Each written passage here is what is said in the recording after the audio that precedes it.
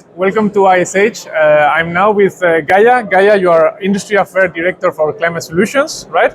Hi everybody, yes, I'm working for Danfoss as a Industry Affairs Director, and I'm very happy to be here today at ISH. Super. We have some questions for you, so if you want, we can go through them, and then we will go live.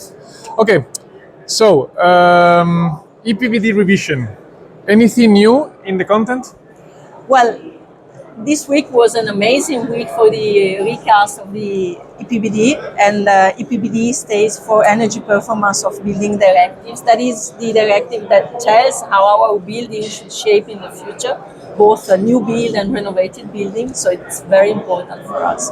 And on Tuesday, the European Parliament, they have approved the document, so now it will enter the trialogues with the member states. That means there will be still some time before it will be finally approved, but the main content has been shaped. And we are extremely satisfied of the result that we have achieved together with the public affairs team.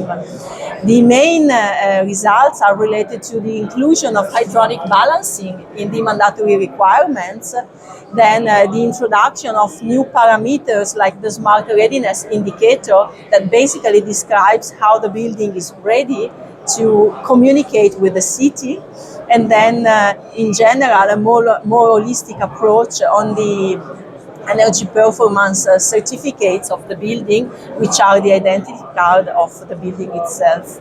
And then last but not least, it has been introduced a mandatory requirement for buildings to achieve minimum energy performance standards within a specific deadline.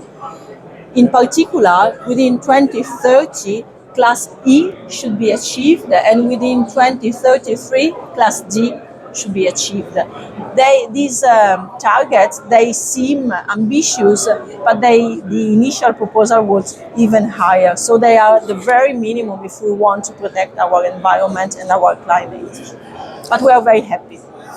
This means that it's really time for traditional fossil fuel boilers to be banned?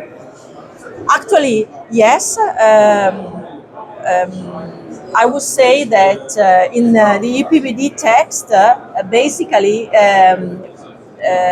what is written is also that member states should not support anymore the sales of traditional fossil fuel heat sources.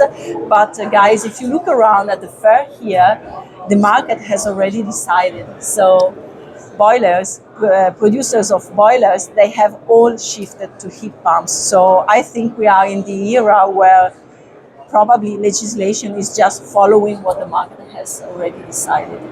Super. Electrification. Is this the only way to decarbonize buildings and cities?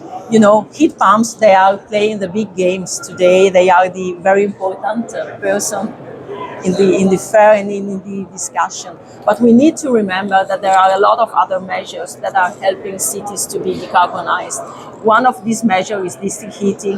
The other opportunity that we have is the use of waste heat and of renewables for sure. And last but not least, energy efficiency.